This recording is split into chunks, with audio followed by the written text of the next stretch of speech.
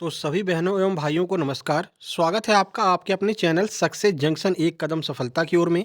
मेरा नाम है अतुल शुक्ला और हम लेकर के आ गए हैं आपके लिए मध्य प्रदेश महिला पर्यवेक्षक भर्ती 2025 से संबंधित महत्वपूर्ण वीडियो है बालक देखभाल एवं शिक्षा, जिसे हम बाल विकास कहते हैं। इसका प्रैक्टिस सेट नंबर 8 हम लेकर के आ गए हैं। आपको पता है आपके एग्जाम में 45 नंबर का बाल विकास आने वाला है, जो कि आपके लिए बहुत ज़्यादा महत्वपूर्ण है। तो चलिए शुरू करते हैं। वीडियो को लाइक करके चैनल को सब्सक्राइब कर दीजिए, जिससे कि जितने भी प्रैक्टिस सेट लगातार आ रहे हैं वो टाइम टू टाइम आपके पास तक पहुंच सकें। और नोटिफिकेशन बेल भी आपको दबा लेना है।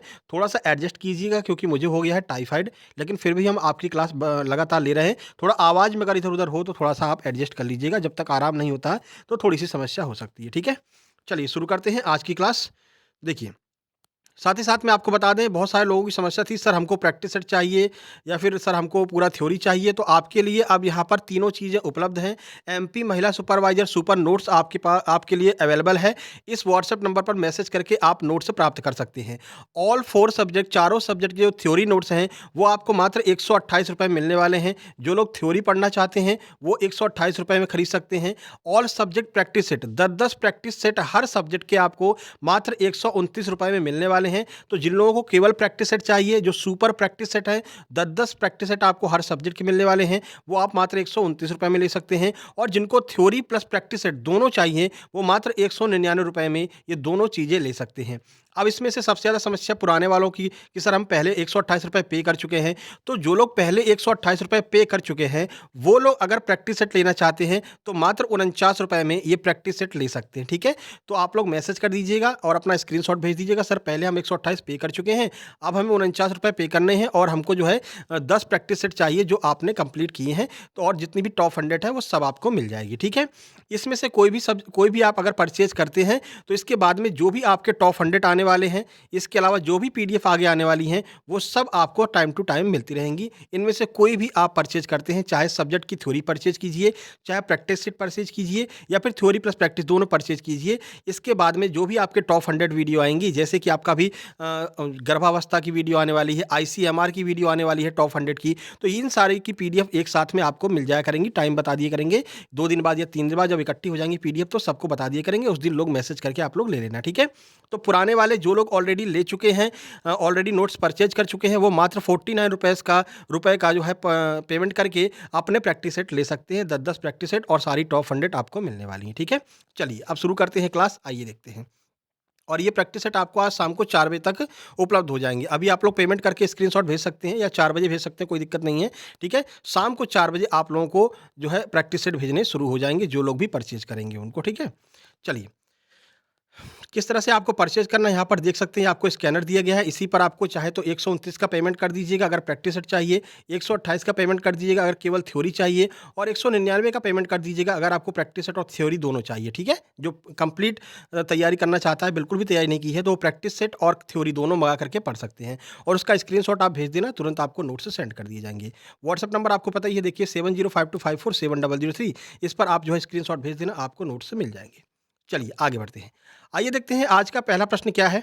देखिए, तो क्वेश्चन नंबर 1 है, पूर्व विद्यालयी शिक्षा के जन्मदाता कौन थे? यानी जो प्री प्राइमरी जो आपकी शिक्षा होती है, इसके जन्मदाता कौन थे? किसने कहा था कि विद्यालय से पूर्व भी बच्चों को थोड़ी बहुत शिक्षा देनी चाहिए, चाहे वो आंगनवाड़ी के माध्यम से मिल रही हो, चाहे वो अन्य स्कूलों के माध्यम से मिल रही हो, लेकिन प्री प्राइमरी एजुकेशन बहुत ज़्यादा ज़रूरी है। ऐसा किसने कहा था? मदर टेरेसा ने कहा था, मैकमिलन सिस्टर्स ने कहा था, गांधी जी ने कहा था, फिर बंडूरा ने कहा था। चलिए आंसर देख लेते हैं। सही answer option number B, Macmillan sisters के द्वारा ये कहा गया था कि प्री प्राइमरी एजुकेशन भी ज़रूरी रहेगी।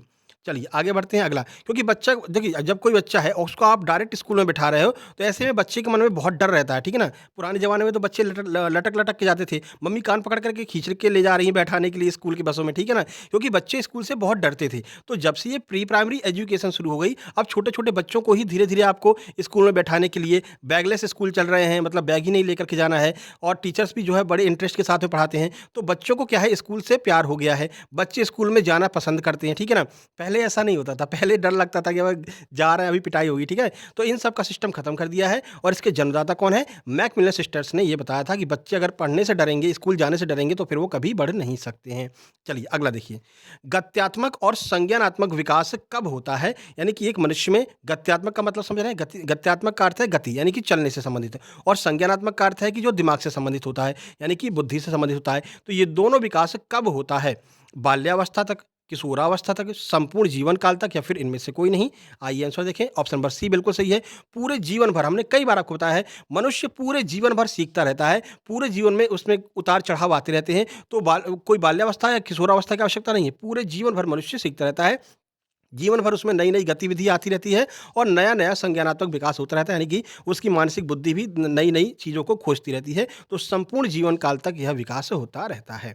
चलिए आगे बढ़ते हैं। इसके अलावा आपको बता दें, जिनका भी एमपीएसआई का एग्ज़ाम देने वाले हैं, तो एमपीएसआई 2025 आपके नोट्स कंप्लीट हो चुके हैं। एमपी टेट चयन परीक्षा, आबकारी एग्ज़ाम, एमपी पुलिस जेल और वन रक्षक, इन सब के नोट्स कंप्लीट हैं, आप लोग मँगवा सकते हैं या आपका कोई भाई-बहन इन एग्ज़ाम को दे रहा हो तो उनको भी आप बता सकते हैं। चलिए, अब यहाँ पर आपसे CWSN का पूर्ण रूप पूछा है। आपके एग्ज़ाम में 2 से 3 फुल फॉर्म वाले प्रश्न भी आएँगे, ठीक है? इसकी भी हम टॉप 100 बना देंगे बाद में, ठीक है? फिलहाल हम यहाँ पर कवर कर लेते हैं कि CWSN का फुल फॉर्म क्या हो जाएगा? विशिष्ट आवश्यकता वाले बच्चे, एकांगी आवश्यकता वाले बच्चे, मजबूत आवश्यकता वाले बच्चे या फिर मृदु आवश्यकता वाले बच्चे? आइए आंसर देखिए। ऑप्शन नंबर ए बिल्कुल सही है। विशिष्ट आवश्यकता वाले बच्चों को CWSN कहा जाता है। आगे बढ़ते हैं, अगला प्रश्न क्वेश्चन नंबर 4 देखिए। क्वेश्चन नंबर 4 है, 6 महीने की उम्र का शिशु क्या छोड़कर बाकी सभी कार्य करने में सक्षम होता है? मैंने आपसे बार-बार कहा है, जब भी अगर किसी महीने या साल की बात आए, इतने साल का शिशु, इतने महीने का शिशु, तो अपने दिमाग में तुरंत उतने साल का बच्चा, उतने महीने का बच्चा अपने दिमाग में लेकर के आइए कि ये छोटा-सा बच्चा है, ठीक है? कितने का बच्चा है ये? ये 6 महीने का बच्चा है। अब बताइए 6 महीने का बच्चा क्या चीज़ कर सकता है और क्या नहीं कर सकता है? आइए देख लेते हैं। तुतलाना, बैठना, दौड़ना या फिर ठोस पदार्थ का खाना? आइए आंसर देखें, कौन-सी ऐसी चीज़ है जो मतलब जिसको छोड़ कर के बाकी सब कार्य करने में सक्षम है? तो जो आपका 6 महीने का बच्चा होगा, वो दौड़ नहीं पाएगा, ठीक है? आप खुद ही समझिए, 6 महीने का बच्चा है, बैठना शुरू कर सकता है, तुतला करके बोलना पप्पा, अप्पा, मप्पा कह सकता है, ठीक है? ठोस पदार्थ भी खाना शुरू हो जाता है 6 महीने के बाद में। 6 महीने तक बालक को माँ का दूध दिया जाता है। 6 महीने के बाद में कहा जाता है कि आप दाल का जूस पिलाइए या दाल को मतलब जो केला वगैरह होता है इसको या फिर अंगूर वगैरह जो होते हैं इसको मतलब कुचल करके खिलाइए। तो ठोस पदार्थों का खाना भी 6 महीने के बाद में शुरू हो जाता है, लेकिन 6 महीने का बच्चा दौड़ नहीं सकता है। तो जितने भी टाइम के बच्चे की बात में की जाए, उतने टाइम का बच्चा अपने दिमाग में बना लीजिए उसका फिगर कि हाँ, इतने महीने का बच्चा क्या-क्या कर सकता है, तुरंत आप आंसर पिक कर लेंगे, ठीक है? चलिए, एक और फुल फॉर्म का प्रश्न है, आईसीपीएस का फुल फॉर्म क्या है? आईसीपीएस का पूर्ण नाम क्या होता है? Indian child protection scheme, integrated child protection scheme, integrated child protection scheme या फिर इनमें से कोई नहीं? सही आंसर ऑप्शन नंबर सी हो जाएगा। इसका सही आंसर होगा integrated child protection scheme, ICPS का फुल फॉर्म होता है। आगे बढ़ते हैं, क्वेश्चन नंबर 6 देखते हैं। देखिए, 6 माह की आयु से शिशु के आहार में पूरक आहार क्यों शामिल किया जाता है? यानी जब बच्चा 6 महीने का हो जाता है, 6 महीने तक माँ का दूध पीता है, सबको पता है।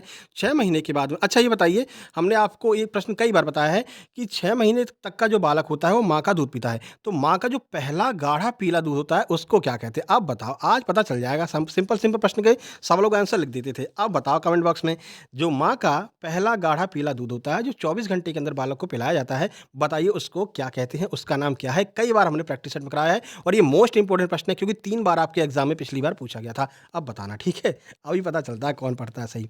चलिए, तो बताइए क्यों उसको 6 माह के बाद में जो पोषक आहार है वो दिया जाना शुरू कर दिया जाता है? आइए ऑप्शन देखें फिर आपको बताते हैं। देखिए, 4 ऑप्शन आपके सामने हैं। देखिए, माँ के दूध में इन पोषक तत्वों की केवल अल्प मात्रा होती है। इस उम्र तक शिशु को माँ के दूध से अधिक पोषक तत्वों की आवश्यकता होती है। इन खाद्य पदार्थों को देने में देरी से शिशु का विकास रुक जाता है या फिर उपरोक्त सभी? बताइए क्यों 6 महीने के बाद में बालक को पोषक तत्व दिए जाने शुरू कर दिए जाते हैं? सही आंसर ऑप्शन नंबर डी हो जाएगा, क्योंकि अब बालक 6 महीने का हो गया है, उसके ऑर्गन्स भी ग्रोथ कर गए हैं। अब उन ऑर्गन्स को पोषक तत्वों की आवश्यकता होती है और माँ के दूध में इतना ज़्यादा पोषक तत्व नहीं होता कि 6 महीने के बाद में उन ऑर्गन्स की मात्रा को पूरा कर सके। ठीक है, तो पहला ऑप्शन सही है। इस उम्र तक शिशु को माँ के दूध से अधिक पोषक तत्वों की आवश्यकता होती है और पोषक तत्व चाहिए रहते हैं, इसलिए इन्हें बाहर से जो है पोषक तत्व खिलाए जाते हैं, जैसे कि आपका दाल का जूस हो गया या फिर आंगनबाड़ी वाली कार्यकर्ता सब बताते हैं कि आपको ये चीज़ें अब बच्चे को खिलाना शुरू कर देना चाहिए। ठीक है? इन खाद्य पदार्थों को देने में अगर आप देरी करेंगे, जो पोषक तत्व दिए जाते हैं, अगर आप इनको देने में देरी देरी करेंगे, तो बालक का विकास धीमा हो जाएगा, यानी मानसिक विकास धीमा पड़ सकता है, शारीरिक विकास धीमा पड़ सकता है। तो ये सारी चीज़ें टाइम टू टाइम देना चाहिए। तभी 6 माह के बाद में जहाँ तक देखते हैं आप, बच्चों का अन्नप्राशन कर दिया जाता है, बच्चों को अन्न खिलाना चालू कर दिया जाता है, ठीक है? तो आपको भी ध्यान रखना है, आपके घर में कोई छोटा बच्चा है, 6 महीने के बाद में उसको कम से कम दाल का जूस तो देना ज़रूर शुरू कर देना चाहिए। चलिए आगे बढ़ते हैं। क्वेश्चन नंबर 7 आपके सामने है, देखिए, इनमें से कौन-सा बच्चे के मानसिक विकास को प्रभावित करने का कारक नहीं है? देखना क्या कह रहा है, कारक नहीं है, नहीं शब्द को ध्यान में रखना है, ठीक है? तो कौन-सा ऐसा ऑप्शन है जो मानसिक विकास को प्रभावित नहीं करता है? परिवार का वातावरण, आर्थिक स्थिति, सामाजिक स्थिति या फिर धार्मिक वातावरण? चलिए आंसर देखते हैं। सही आंसर ऑप्शन नंबर डी है। धार्मिक वातावरण जो है वो उस बच्चे के मानसिक विकास को प्रभावित नहीं करेगा। छोटा बच्चा है, 1 साल का बच्चा है, उसको धर्म कर्म के बारे में क्या पता है, ठीक है? लेकिन हाँ, परिवार का जो वातावरण होगा, परिवार में अगर कलेश होगा, कलह होगी, ठीक है ना? तो बच्चे के ऊपर इफ़ेक्ट पड़ता है, नेगेटिव इफ़ेक्ट पड़ता है। परिवार अगर बहुत खुश होगा, सुबह-शाम पूजा-पाठ हो रही होगी, सारी चीज़ें अच्छे से हो रही होंगी, तो बच्चा भी प्रसन्न रहेगा, ठीक है ना? उसके बाद में आर्थिक स्थिति समझ सकते हैं, अगर आर्थिक स्थिति में आप तंग हैं, तो बच्चे को पोषण आहार नहीं मिलेगा, तो मानसिक विकास पे असर पड़ेगा ही पड़ेगा। सामाजिक स्थिति, आस-पड़ोस के जो लोग होते हैं, कैसे उनकी बोलचाल है, कैसा बोल व्यवहार है, उसका भी असर बालक पर पड़ता है, लेकिन धार्मिक वातावरण का जो असर है, उसके ऊपर इतना ज़्यादा नहीं पड़ता है, ठीक है? ऑप्शन नंबर डी आपका सही आंसर होगा। चलिए, 8 नंबर देखिए, शैशवावस्था से 6 वर्ष की आयु तक वृद्धि और विकास की दर कैसी होती है? यानी कि जो 6 वर्ष तक का बालक होता है, उसमें वृद्धि की दर कैसी होती है? उल्लेखनीय रूप से धीरे, उल्लेखनीय रूप से मध्यम, उल्लेखनीय रूप से तेज या फिर भाई-बहन पर आधारित? सही आंसर आपका होगा ऑप्शन नंबर सी, तेज़ी से वृद्धि करता है। 0 से लेकर के जो 6 वर्ष तक का बालक होता है, बहुत तेज़ी के साथ में वृद्धि करता है, ठीक है ना? मानसिक विकास बहुत तेज़ी से होता है, शारीरिक विकास बहुत तेज़ी से होता है। इसीलिए आपसे कहते हैं कि 0 से 6 वर्ष तक का कोई भी बालक है, आप एक बार खुद कम खाना खाइए, लेकिन उस बालक को खाना संपूर्ण मात्रा में खिलाइए, पर्याप्त पोषक तत्व उसको दीजिए, क्योंकि इस समय आप जितना खिला लेंगे, इस समय आप जितना ध्यान दे लेंगे अपने बालक पर, उतना उसको आगे फ़ायदा मिलने वाला है, ठीक है? तो इसमें क्या होता है, उल्लेखनीय रूप से तेज़ी से वृद्धि होती है, तेज़ी से मानसिक विकास और शारीरिक विकास में वृद्धि होती है। चलिए आगे बढ़ते हैं, और 6 के बाद में 6 से 9 तक का जो बालक होता है, उसमें वृद्धि धीमी हो जाती है, ठीक है ना? ये प्रश्न पहले भी करा चुके हैं हम आपको कि किस उम्र में बालक का विकास धीमा पड़ जाता है। तो 6 से लेकर के 9 तक जो है बालक का विकास धीमा पड़ जाता है, ठीक है ना? क्योंकि इसमें उसकी लंबाई वगैरह धीरे-धीरे बढ़ रही होती है, तो विकास धीमा पड़ जाता है। 9 के बाद में फिर से वो अपनी स्पीड पकड़ लेता है, ठीक है? तो तीनों चीज़ें आपको हमने क्लियर करा दी। आगे बढ़ते हैं, अगला प्रश्न देखते हैं। देखिए, क्वेश्चन नंबर 9, एड्स जो है वो किसकी वजह से होता है? किसकी वजह से एड्स नामक रोग हो जाता है? वायरस है, जीवाणु है, कवक है, प्रोटोजोआ है? इसका तो आंसर सबको ही पता होगा और ये मोस्ट इंपोर्टेंट प्रश्न है। सही answer option number A, AIDS जो है वो वायरस की वजह से होता है। ये तो फैक्ट वाला प्रश्न है, कुछ समझाने की आवश्यकता है नहीं। एचआईवी वायरस की वजह से होता है, सबको पता है। चलिए, निम्नलिखित में से कौन-सा बाल अधिकारों की रक्षा से संबंधित है? कौन-सा ऐसा ऑप्शन है जिसमें बालक के अधिकारों की रक्षा के बारे में बताया गया है? आईसीडीएस, ये तो खान-पान से संबंधित है, नाको या फिर यूनिसेफ या फिर आईसीपीएस? आइए आंसर देखें। सही आंसर है ऑप्शन नंबर डी, आईसीपीएस जो है वो बालकों के अधिकारों की रक्षा से संबंधित है। आईसीपीएस का फुल फॉर्म क्या है देख लीजिए, एकीकृत बाल रक्षा योजना, ये आईसीपीएस का फुल फॉर्म होता है, ये भी आपको याद रखना है। चलिए 11 नंबर देखिए, एरिक एरिक्सन के अधिगम चरणों के सिद्धांत के अनुसार कौन सा चरण विश्वास पर बल देता है? यानी ऐसा कौन सा चरण है जिसमें बालक विश्वास पर ज्यादा जोर देता है? चलिए देख लेते हैं। बच्चा, शैशवावस्था, युवा वयस्क या फिर इनमें से कोई नहीं? आइए आंसर देखें, फिर समझाते हैं। सही आंसर आपका हो जाएगा ऑप्शन नंबर बी, यानी कि जो जन्म से लेकर के 18 महीने तक का जो समय होता है उसे हम शैशवावस्था कहते हैं। और इस अवस्था में बालक जो है विश्वास पे बहुत ज़्यादा डिपेंड करता है, यानी बालक अपने माँ की गोदी में रहना पसंद करेगा, क्यों? या फिर अपने परिवार वालों की गोदी में रहना पसंद करेगा, क्यों? क्योंकि परिवार वालों पर उसको बहुत ज़्यादा विश्वास रहता है, जिसको वो दिन रात देख रहा है उस पर बहुत ज़्यादा विश्वास करता है, ठीक है ना? इसके अलावा अगर आप किसी को देंगे तो वो वहाँ पर रोने लगेगा या फिर नहीं जाएगा। 3 साल तक का बच्चा इसी तरह से रिएक्शन करता है, इसी तरह से रिएक्ट करता है। 3 साल के बाद में उसको समझ आ जाती है कि हाँ, जो हमको ले रहा है अगल-बगल का लोग है, कोई समस्या नहीं, हमको इससे खतरा नहीं है। लेकिन जो शैशवावस्था होती है, ऐसे में बालक विश्वास पर बहुत ज़्यादा जोर देता है, ठीक है ना? तो ऑप्शन नंबर बी आपका सही हो जाएगा। तो विश्वास का जो चरण है उसे हम शैशवावस्था को विश्वास का चरण भी कहते हैं। चलिए आगे बढ़ें, क्वेश्चन नंबर 12 देखते हैं। देखिए, प्रसव पूर्व से 3 माह तक का ईसीसीई का प्रथम चरण बच्चों के विकास के किस पहलू पर केंद्रित है? जो प्रसव पूर्व मतलब प्रसव से पहले से लेकर के और प्रसव के 3 महीने तक का जो ईसीसीई का चरण दिया जाता है, वो किस पर मुख्यतः केंद्रित होता है? माँ और बच्चे के स्वास्थ्य और पोषण संबंधी स्वास्थ्य पर, संरक्षित पूर्व विद्यालय की तैयारी तत्व पर, प्रारंभिक शिक्षा और सर्वांगीण विकास पर, या फिर इनमें से कोई नहीं? सही आंसर ऑप्शन नंबर ए हो जाएगा। जो गर्भावस्था से लेकर के बच्चा पैदा होने के 3 माह बाद तक का जो ईसीसीई का प्रोग्राम होता है, वो माँ और बच्चे के स्वास्थ्य और पोषण संबंधी स्वास्थ्य पर विशेष जोर देता है। ठीक है? चलिए आगे बढ़ते हैं। अब 3 माह का जो बच्चा है वो कहाँ विद्यालय जाएगा? तो ऑप्शन अपने आप ही कट जाएगा। प्रारंभिक शिक्षा कहाँ से उसको चाहिए? 3 माह का बच्चा क्या शिक्षा चाहिए? तो ये अपने आप कट जाएगा। यानी कि ऑप्शन नंबर ए आपका बिल्कुल सही आंसर होगा। ऑप्शन को एलिमिनेट करना भी आपको आना चाहिए कि हाँ, ये ऑप्शन जो है ये तो 101% गलत होगा। जैसे अब प्रसव पूर्व से 3 माह तक की बात की जा रही है, तो ऐसे में बच्चा स्कूल तो जाएगा नहीं, ठीक है ना? तो जितने भी आपकी शिक्षा से संबंधित होंगी सब कैंसल हो जाएँगी। इसमें कोई नहीं है, यानी ऑप्शन नंबर ए आपका सही होगा। ठीक है? आगे बढ़ते हैं अगला प्रश्न। ये सारी ट्रिक आपको हम बताने वाले हैं। जब आपका एग्ज़ाम नज़दीक आएगा तो सब आपको बताएँगे, परेशान मत होइए। और आपको पूरा वो भी बता दे रहे हैं पूरा कार्यक्रम क्या है अपना। ये 10 प्रैक्टिस सेट अपने पूरे हो जाएँगे, ठीक है? इसके बाद में हम टॉप 100 की वीडियो लगभग 5-6 वीडियो लेकर के आएँगे जो महत्वपूर्ण चैप्टर रह गए हैं। उसके बाद में मिनी मॉक टेस्ट आपके चालू हो जाएँगे, जिसमें लगभग 50 से 60 प्रश्न करवाएँगे, जिसमें चारों सब्जेक्ट के प्रश्न एक साथ में रहा करेंगे, ठीक है? फिर आपको बताएँगे, बताइए कितना आंसर कितना आपका नंबर आ रहा है, क्या आ रहा है? तो मिनी मॉक टेस्ट भी आपके चालू कर देंगे। इसी तरह से हमने एमपी पुलिस के एग्ज़ाम में किया था। यही पूरा सिस्टम था। पहले नोट्स दे दिया, प्रैक्टिस कराया, प्रैक्टिस सेट दिया, मिनी मॉक टेस्ट कराए, टॉप 100 कराए, और उसमें से 177 प्लस बच्चे ऐसे हैं जिनका रिटन क्वालीफाई हुआ था, जिन लोगों ने हमारे पास मैसेज किया था कि सर ये हमारा फिजिकल का एडमिट कार्ड है, हमारा रिटन क्वालीफाई हो गया है। 177 प्लस बच्चे थे, ठीक है? अब देखिए किसका किसका फिजिकल क्लियर होता है, जल्दी रिजल्ट आने वाला है, फिर आपको उन लोगों के नाम बताएंगे जो लोग फाइनली सिलेक्ट हुए हैं। तो इसी तरह से आप भी फाइनली सिलेक्ट हो सकते हैं। बस केवल केवल जैसा हम बता रहे हैं आप वैसा करते जाइए। लोग बहुत सारे पैसे ले रहे हैं, कोई 999 ले रहा है, कोई 1500 में, कोई 1499 में कोर्स बेच रहा है। हम आपको केवल केवल अपनी स्ट्रेटजी पर काम कर रहे हैं। मात्र 128 या फिर 129 रुपए का आपको हम नोट्स दे रहे हैं। वो नोट्स कवर कीजिए, उसके बाद में प्रैक्टिस सेट लीजिए, प्रैक्टिस सेट कवर कीजिए। उसके बाद में आपका जो है हम मिनी मॉक टेस्ट चालू कर देंगे, मिनी मॉक टेस्ट कवर कीजिए और टॉप 100 की मैराथन कवर कीजिए। बस इतने में ही हो जाएगा, फालतू भटकने की आवश्यकता नहीं है, ठीक है ना? चलिए बताइए। अगला क्वेश्चन नंबर 13, विशेष आवश्यकता वाले बच्चों के लिए समावेशी शिक्षा का क्या लाभ है? जो विशेष आवश्यकता वाले बच्चों से समझ रहे हैं, जो विकलांग हैं, जो दिव्यांग हैं या फिर मानसिक रूप से विकलांग हैं, तो ये विशेष आवश्यकता वाले बच्चे होते हैं, इन पर विशेष जोर देने की आवश्यकता होती है। तो इनको हम क्या देते हैं? समावेशी शिक्षा देते हैं। समावेशी शिक्षा के बारे में कई बार आपको बताया है। समावेशी शिक्षा का अर्थ है एक ही छत के नीचे सभी बच्चे पढ़ रहे हैं, चाहे वो दिव्यांग हैं, चाहे वो मानसिक रूप से त्रस्त हैं, या फिर किसी भी परिवार के हैं, गरीब हैं, अमीर हैं, किसी भी हैं, वो सब एक साथ एक छत के नीचे पढ़ते हैं। इसी शिक्षा को हम समावेशी शिक्षा कहते हैं। तो चलिए देखते हैं। प्रत्येक बच्चे की शैक्षिक क्षमता को बढ़ाने के लिए बच्चों को अधिगम में निष्क्रिय निष्क्रिय आ गया मतलब कि नेगेटिव है, ये तो खत्म ही हो जाएगा, ठीक है? सीमित शिक्षण, सीमित कभी भी नहीं करना, शिक्षा को तो और उठा करके बढ़ा करके लोगों को देना है। तो ये दोनों ऑप्शन आपके एलिमिनेट हो गए क्योंकि नेगेटिव शब्द बोला गया था। विशेष आवश्यकता वाले बच्चों के लिए कोई मूल्य नहीं होते, ये तो गलत बात है भैया। चाहे वो बेशक दिव्यांग है, क्या उनका कोई मूल्य नहीं है? तो ये चारों और तीनों ऑप्शन आपके एलिमिनेट हो गए। फाइनली आपका क्या बचा? ऑप्शन नंबर ए। इस तरह से आप एलिमिनेशन माध्यम से भी आप आंसर निकाल सकते हैं, ठीक है? 3 तो आपके नेगेटिव बता रहे थे। और विशेष आवश्यकता वालों को समावेशी शिक्षा क्यों दी जाती है? जिससे कि प्रत्येक बच्चे की शैक्षिक क्षमता बढ़ सके। अब ये कह रहे हैं कि निष्क्रिय कर दें, गलत हो गया, सीमित कर दें, गलत हो गया, कोई मूल्य नहीं, गलत हो गया। तीनों ऑप्शन गलत, ऑप्शन नंबर ए सही, ठीक है? ऐसे भी आप कर सकते हैं, तो टाइम भी आपका बचेगा। चलिए, 14 नंबर देखते हैं। अनाथालय कैसी सेवाएँ होती हैं जो आपकी अनाथालय बने होते हैं ना जगह-जगह पर? मतलब कि मान लीजिए किसी बच्चे के माता-पिता खत्म हो गए या फिर कोई बच्चा सड़क पर पाया गया तो उन लोगों को क्या है अनाथालय में दे दिया जाता है। तो ये कैसी सेवाएँ होती हैं? संस्थागत सेवाएँ होती हैं, असंस्थागत सेवाएँ होती हैं, संस्थात्मक एवं असंस्थात्मक दोनों होती हैं या फिर इनमें से कोई नहीं।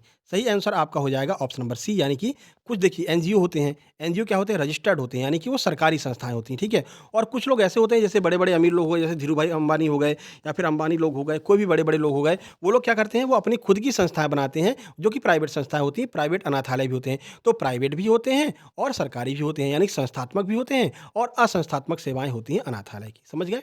आगे बढ़ते हैं, अगला प्रश्न क्वेश्चन नंबर 15। ठीक है? एनर्जी कम नहीं हो रही भाई, ठीक है? पढ़ाने बैठते हैं तो पूरे मन से पढ़ाते हैं, बेशक बीमार हैं, कोई दिक्कत नहीं है। चलिए, 15 नंबर, जिस व्यक्ति के पास में कोई धन ना हो, भोजन ना हो और रहने के लिए स्थान ना हो, ऐसे व्यक्ति को हम क्या कहेंगे? दिव्यांग व्यक्ति कहेंगे। ऐसे व्यक्ति, ज़रूरी नहीं है कि दिव्यांग के पास में भोजन खाना घर नहीं हो, तो ये आपका ऑप्शन एलिमिनेट हो जाएगा। बाल अपराधी, ऐसा भी नहीं है कि बाल अपराधी के पास में खाना नहीं होता है, ऐसा बिल्कुल नहीं है। बाल अपराधी के पास में बहुत कुछ खाने को होता है, ठीक है ना? क्या-क्या का नशा करते हैं कोई कह नहीं सकता, ठीक है? अक्षम कहते हैं, अक्षम बिल्कुल भी नहीं है, क्योंकि अगर वो कोशिश करेगा तो वो खा सकता है, अपनी चीज़ें व्यवस्थित कर सकता है। लेकिन हाँ, उसको हम निराश्रित व्यक्ति कहते हैं, जिसके पास में ये तीनों चीज़ें नहीं होती हैं, वो निराश्रित व्यक्ति कहलाता है। अब अपने आप एलिमिनेशन करने लगेंगे, धीरे-धीरे प्रैक्टिस करते रहेंगे, ठीक है? और जब मिनी मॉक हम चालू करेंगे, उसमें तो आपको और ही मज़ा आने वाला है। जिन लोगों ने नोट्स ले ली होगी, उनका नोट्स से पूरा थ्योरी कवर होगा, पूरा प्रैक्टिस सेट ले लिया होगा, प्रैक्टिस सेट कवर होगा। फिर जब वो मिनी मॉक टेस्ट लगाएँगे ना, तो आराम से, अगर वो 130 तक पहुँच रहे होंगे, तो मिनी मॉक टेस्ट लगाने के बाद में वो आराम से 150 को क्रॉस कर जाएँगे। अगर ये तीनों स्टेप में काम करेंगे, जैसा हम आपको बता रहे हैं, थ्योरी कंप्लीट कीजिए, प्रैक्टिस सेट कंप्लीट कीजिए, उसके बाद मिनी मॉक टेस्ट लगाइए, देखिए आपको मज़ा आने वाला है, ठीक है? चलिए आगे बढ़ते हैं। बस दुआ करना कि हमारी तबीयत सही रहे, इससे ज़्यादा डैमेज ना हो, ठीक है? चलिए 16 नंबर। सिलेक्शन तो हम आपका करवा के ही रहेंगे। इनमें से कौन-सी प्रतिभाशाली बच्चों की पहचान की एक विधि होती है? जो प्रतिभाशाली बच्चे होते हैं, हम उनको कैसे पहचानेंगे? अवलोकन करके, बुद्धि परीक्षण करके, व्यक्तित्व परीक्षण करके या फिर उपरोक्त सभी? सही आंसर है ऑप्शन नंबर डी। ये सारी चीज़ें करके हम बच्चों को, प्रतिभाशाली बच्चों की पहचान कर सकते हैं। उनका अवलोकन करेंगे, देखेंगे कि किस तरह से वो बालक कार्य कर रहा है। बुद्धि परीक्षण करेंगे, विभिन्न जो है आपके परीक्षण स्केल होती हैं बुद्धि परीक्षण करने की। उनके व्यक्तित्व का परीक्षण करेंगे कि उनका व्यक्तित्व कैसा है, पर्सनैलिटी कैसी है। तो चारों के माध्यम से हम प्रतिभाशाली बच्चों को पहचान सकते हैं। 17 नंबर। 17 नंबर है, शारीरिक विकास में किसका विकास शामिल होता है? जो शारीरिक विकास होता है एक बच्चे का, ये बच्चे की फ़ोटो बना देते हैं, ठीक है ना? बच्चा ऐसे ही बनाते हैं हम, ठीक है? ये मान लीजिए कोई बालक है, ठीक है? ये उसके हाथ-पैर हैं। अब ये पूरा शरीर आपको दिखाई दे रहा है बच्चे का, ठीक है? अब कह रहे हैं कि शारीरिक विकास में किसका-किसका विकास शामिल है? बौद्धिक शक्तियाँ एवं चरित्र का विकास, नैतिक शिक्षा और मतलब बौद्धिक शक्तियों का विकास, नैतिक दिशा और चरित्र का विकास, आंतरिक और बाहरी अंग दोनों का विकास या फिर संचार कौशल का विकास। अब बात किसकी कर रहा है? बात शारीरिक विकास की कर रहा है, तो बौद्धिक शक्तियाँ खत्म हो जाएँगी अपने आप, नैतिक दिशा और शिक्षा खत्म हो जाएगी, क्योंकि शरीर की बात की जा रही है। शरीर में नैतिक का क्या लेना-देना? नैतिक का मतलब होता है समाज में, ठीक है? तो समाज से इसका कोई लेना-देना नहीं है, ठीक है? संचार कौशल का कोई लेना-देना नहीं है। तो अगर शरीर की बात की जा रही है, तो आंतरिक अंग और बाहरी अंग, इन दोनों का विकास शामिल होता है। तो अगर आपसे कोई कहे कि शारीरिक विकास में किसका-किसका विकास शामिल है, तो केवल और केवल आंतरिक और बाहरी अंगों का विकास शामिल होता है, जिसमें कि बाहर बाहर के अंग कौन-कौन से? हाथ हो गया, पैर हो गया, सिर हो गया, ये बाहरी अंग हो गए। अंदर के अंग कौन-कौन से? किडनी हो गया, लीवर हो गया, फेफड़े हो गए। तो इन दोनों चीज़ों का विकास शामिल होता है शारीरिक विकास में। आगे बढ़ते हैं, अगला देखिए क्वेश्चन नंबर 18। एकीकृत बाल संरक्षण योजना, अभी इसके बारे में आपको बताया था, इसका फुल फॉर्म बताया था। इसका फुल फॉर्म एकीकृत बाल संरक्षण या फिर बाल रक्षा योजना आईसीपीएस किस वर्ष शुरू की गई थी? आइए देख लेते हैं। 2010 से 2011 के बीच में, 2006 से 2007 के बीच में, 2009 से 2010 के बीच में या फिर 2020 में? कब शुरू की गई थी आईसीपीएस? सही आंसर ऑप्शन नंबर सी, 2009 और 2010 के बीच में आईसीपीएस योजना शुरू की गई थी। आगे बढ़ते हैं, अगला प्रश्न देखिए। पिछड़े शिक्षार्थियों के लिए शैक्षिक कार्यक्रम में क्या-क्या शामिल होता है? जो पिछड़े शिक्षार्थी रहते हैं, यानी कि जो मतलब कि इतना पैसा नहीं है कि वो लोग पढ़ सकें बड़े-बड़े स्कूलों में, तो उनके लिए शैक्षिक कार्यक्रम में क्या-क्या शामिल करते हैं? स्वस्थ परिवेश रहता है, व्यक्तिगत ध्यान दिया जाता है, उपचारात्मक निर्देश दिया जाता है या फिर उपरोक्त सभी? सही आंसर आपका ऑप्शन नंबर डी, ये सारी चीज़ें की जाती हैं। जब बच्चों को शैक्षिक कार्यक्रम में शामिल किया जाता है, तो पहले उनके स्वस्थ परिवेश दिया जाता है, यानी रहने-वहने का बढ़िया स्थान दिया जाता है, ठीक है? व्यक्तिगत उन पर स्पेशली ध्यान दिया जाता है, एक-एक बच्चे पर एक-एक टीचर ध्यान देता है। उपचारात्मक शिक्षण किया जाता है, कोई भी उनको समस्या आ रही है तो वो अपनी समस्या बताएँगे और उसका जो है उसका निर्देश दिया जाएगा, उसको सॉल्व किया जाएगा। तो ये सारे ऑप्शन बिल्कुल सही हो जाने वाले हैं। आगे बढ़िए, क्वेश्चन नंबर 20 देखिए, क्वेश्चन नंबर 20 क्या कह रहा है? दिव्यांग बच्चों के लिए एकीकृत शिक्षा योजना कब चालू की गई थी? एकीकृत शिक्षा कब चालू की गई थी जो दिव्यांग बच्चों थे? ये देखना कि क्या पूछ रहा है, दिव्यांग बच्चों के लिए, स्पेशली पूछ रहा है दिव्यांग बच्चों के लिए, ठीक है? तो 1973 में, 74 में, 77 में या फिर 78 में? सही आंसर ऑप्शन नंबर बी, 1974 में दिव्यांग बच्चों के लिए एकीकृत शिक्षा योजना चालू की गई थी, ठीक है? सबके पास में शेयर कर देना, ये भी आप लोग ध्यान रखना, ठीक है ना? इतनी मेहनत से बना रहे हैं, फिर आप लोग शेयर और लाइक नहीं करते तो बड़ी समस्या हो जाती है। कमेंट बॉक्स में कमेंट करके बताइएगा वीडियो आपको कैसी लग रही है। आपकी जो कमेंट है ना, वही हमारे अंदर उत्साह भरते हैं, ठीक है? तो हम इतने बीमार हैं ना, फिर भी हम काम करते रहते हैं आप लोगों के लिए। वो आपके कमेंट ही हैं जो हमको ये ताकत देते हैं, ठीक है? नहीं तो बहुत सारे टीचर आते हैं, 10 प्रश्न कराते हैं और 1 घंटा उसमें लगा देते हैं, ठीक है? और 10 प्रश्न करा के निकल लेते हैं, टाइम आपका खराब हो गया, ठीक है? तो हम महज़ 30 मिनट के अंदर, 30 तो बहुत ज़्यादा हो गए, 30 मिनट के अंदर आपको 30 प्रश्न करा देते हैं, ठीक है? और विद सॉल्यूशन समझा करके करा देते हैं। चलिए, एकीकृत बाल विकास सेवाओं आईसीडीएस का मुख्य उद्देश्य क्या है? आईसीडीएस जो है वो क्यों शुरू की गई है? टीकाकरण के लिए, स्वस्थ जांच एवं सेवाएं देने के लिए, pre school non formal education के लिए या फिर उपरोक्त सभी? आइए आंसर देखें फिर आपको समझाते हैं। सही आंसर ऑप्शन नंबर डी यानी कि ये सारी चीज़ें एकीकृत बाल विकास सेवा यानी कि आईसीडीएस का उद्देश्य रहता है। टीकाकरण होता है, सबको वैक्सीनेशन लगता है, सारे बच्चों को वैक्सीन लगता है, माताओं को वैक्सीन लगता है, ठीक है। स्वस्थ जाँच, टाइम टू टाइम इनकी स्वास्थ्य की जाँच होती रहती है, सबकी की कोई समस्या तो नहीं है। Free school non formal education, जब तक आपका बालक 5 वर्ष का हो जाता है, उससे पहले वो आंगनवाड़ी में पढ़ने जा सकता है। तो ये सारी चीज़ें आईसीडीएस के अंतर्गत कराई गई हैं। हालाँकि आईसीडीएस के ऊपर हम अलग से वीडियो बनाएँगे। आईसीडीएस और आईसीएमआर दोनों को मिलाकर के टॉप 100 कवर करेंगे और उसकी पीडीएफ इन तीनों लोगों को दी जाएगी। जो भी इनमें से ऊपर जो आपको हमने बताए हैं, कोई भी पीडीएफ परचेज़ करते हैं, उन तीनों लोगों को ये सारी पीडीएफ एक साथ में दी जाएँगी। चलिए आगे बढ़ते हैं 22 नंबर। 22 नंबर क्या है?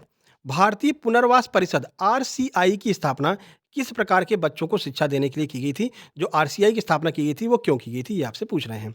दोषी बच्चों को शिक्षा देने के लिए, प्रतिभाशाली बच्चों को शिक्षा देने के लिए, रचनात्मक बच्चों के लिए या फिर विशेष आवश्यकता वालों के लिए आरसीआई की स्थापना क्यों की गई थी? सही आंसर ऑप्शन नंबर डी, जो विशेष आवश्यकता वाले बच्चे हैं, यानी कि जो दिव्यांग बच्चे हैं, जो मानसिक रूप से परेशान बच्चे हैं, उन लोगों के लिए जो है भारतीय पुनर्वास परिषद आरसीआई की स्थापना की गई थी।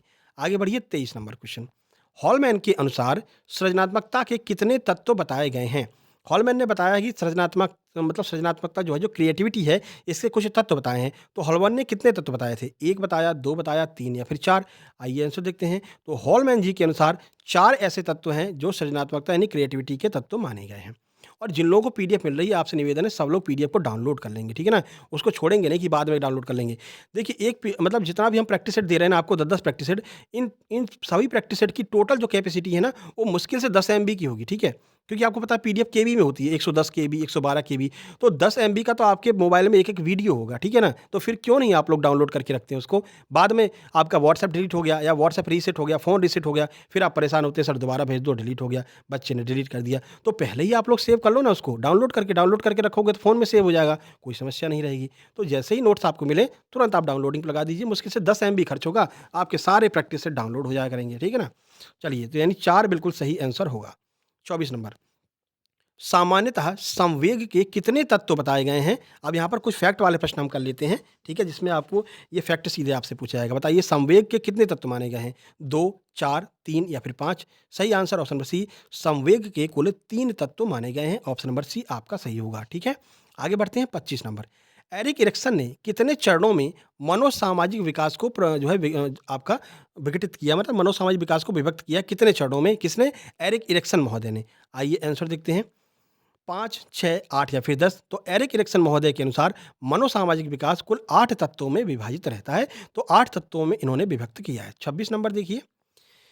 विकलांग व्यक्ति का अधिकार अधिनियम 2016 कब लागू किया गया था? बहुत सारे लोग इसको गलत करके आए थे पिछली बार। क्यों? क्योंकि यहाँ पर 2016 लिखा है और ऑप्शन में भी 2016 दिया था। लेकिन इसका सही आंसर होगा जो विकलांग व्यक्ति का अधिकार अधिनियम 2016 है, लागू कब हुआ था? तो लागू 2017 में हुआ था, ठीक है? बन गया था 2016 में, नाम इसका 2016 पड़ा, लेकिन लागू 2017 में हुआ था। तो कान और आँख दिमाग खोल करके एक ऐसा क्वेश्चन को सॉल्व करना है। ये नहीं कि यहाँ 2016 दिया तो 2016 ही आंसर होगा, नहीं। ये लागू हुआ था कब? 2017 में। आगे बढ़ते हैं 27 नंबर। बताइए डब्ल्यूएचओ का फुल फॉर्म क्या होगा? संपूर्ण स्वास्थ्य संगठन, विस्तृत स्वास्थ्य संगठन, विश्व स्वास्थ्य संगठन या फिर उपरोक्त सभी? सही आंसर होगा आपका वर्ल्ड हेल्थ ऑर्गेनाइजेशन, यानी कि आपका ऑप्शन नंबर सी विश्व स्वास्थ्य संगठन डब्ल्यूएचओ का फुल फॉर्म होगा। देखिए अगला प्रश्न है, संयुक्त राष्ट्र खाद्य एवं कृषि संगठन यानी कि एफएओ का मुख्यालय कहाँ पर है? ये मुख्यालय से भी आपके प्रश्न आने वाले हैं। 2 प्रश्न आपके मुख्यालय से भी आएंगे, जैसे डब्ल्यूएचओ का मुख्यालय कहाँ है, एफएओ का मुख्यालय कहाँ है, ये सब हम कवर करवाने वाले हैं। बिल्कुल परेशान मत होइए, आप तो बस बने रहिए हमारे साथ में। चलिए कहाँ पर है एफएओ का मुख्यालय? जिनेवा में, पेरिस में, रोम में, न्यूयॉर्क में? सही आंसर आपका हो जाएगा ऑप्शन नंबर सी, रोम में स्थित है एफएओ का मुख्यालय, इटली रोम में, ठीक है? आगे बढ़ते हैं 29 नंबर। देखिए 29 नंबर क्या पूछ रहा है? चाइल्ड लाइन इंडिया फाउंडेशन संस्था किस मंत्रालय के तत्वाधान में कार्यरत है? यानी जो चाइल्ड लाइन इंडिया जो आपकी संस्था बनाई गई है, उसको किसने बनाया है? कौन सा मंत्रालय उसका क्रियान्वयन करता है? स्वास्थ्य परिवार कल्याण मंत्रालय, महिला बाल विकास मंत्रालय, वित्त मंत्रालय या फिर रक्षा मंत्रालय? सही आंसर आपका ऑप्शन बी। आपको हमने कई बार बताया है कि अगर आपको कुछ भी समझ में नहीं आ रहा है, मंत्रालय वाले प्रश्न है, कुछ भी समझ में नहीं आ रहा है, तो आपको महिला एवं बाल विकास मंत्रालय ही लगाना है, क्योंकि 80% ऐसा केस होता है जिसमें महिला एवं बाल विकास मंत्रालय का ही प्रश्न आपके एग्जाम में आने वाला है। क्योंकि आपका जो एग्जाम करा रहा है वो कौन सा विभाग करा रहा है? महिला एवं बाल विकास विभाग करा रहा है, तो इसी की योजनाएँ आपके एग्ज़ाम में आएँगी, ठीक है? लेकिन ऐसा भी नहीं कि हम केवल इसी की आएँगी, तो अगर आपको नहीं आ रहा है, तुक्का ही लगाना है, तो ही आप महिला एवं बाल विकास पर लगाना है, ठीक है? आगे बढ़ते हैं, 30 नंबर का प्रश्न कर लेते हैं, देखिए। निषेचन से कितने सप्ताह तक की अवधि बीजावस्था की अवधि मानी जाती है? यानी जब निषेचन हो जाता है, तो कितने सप्ताह में बीज बन जाता है, बीजावस्था की मतलब मानी जाती है अवधि। देखिए 4 सप्ताह, 2 सप्ताह, 6 सप्ताह या फिर 7 सप्ताह। आइए आंसर देखें, सही आंसर ऑप्शन नंबर बी यानी कि निषेचन से 2 सप्ताह तक की जो अवधि होती है, उसे हम बीजावस्था की अवधि कहते हैं, ये आपको याद रखना है, ठीक है? तो इस तरह से आपके यहाँ पर 30 प्रश्न समाप्त होते हैं। अब सबसे पहले वीडियो को लाइक कीजिए, ठीक है? शेयर कीजिए अपने दोस्तों के पास में और चैनल पर पहली बार आए तो सब्सक्राइब करके नोटिफिकेशन बेल दबा लीजिए, क्योंकि आगे आपको बहुत कुछ मिलने वाला है, ठीक है? तो व्हाट्सएप नंबर है 7052547033, इस नंबर पर आपको मैसेज करके अपने नोट्स मंगवा लेने हैं। आप कंप्लीट थ्योरी का नोट्स ले सकते हैं, जिसमें आपको एक-एक प्रैक्टिस सेट भी मिलेगा थ्योरी में, ठीक है? केवल प्रैक्टिस सेट का नोट्स ले सकते हैं, जिसमें आपको 10-10 प्रैक्टिस सेट हर सब्जेक्ट के मिलेंगे, साथ में टॉप 100 की जितनी पीडीएफ बनी है, वो सब आपको मिलेंगी। इसके अलावा आगे आने वाली टॉप 100 की पीडीएफ आपको मिलेंगी, सब कुछ, ठीक है? या फिर आप दोनों लेना चाहते हैं, आपने बिल्कुल भी तैयारी नहीं की है, लेकिन चाहते हैं कि हमारी तैयारी हो जाए, तो आप दोनों ले सकते हैं मात्र ₹199 में, ये दोनों आपको उपलब्ध हैं। और ये नोट्स इस तरह से हमने तैयार किए हैं कि आप मात्र 18 से 20 दिनों में इन नोट्स को कंप्लीट कर सकते हैं और अपनी तैयारी अच्छी मतलब बना सकते हैं, ठीक है? तो जिसको भी लेना हो, जिसने बिल्कुल तैयारी नहीं की है, वो 199 का ले ले। जिसकी तैयारी पूरी है, केवल प्रैक्टिस करना है, वो 129 का ले ले।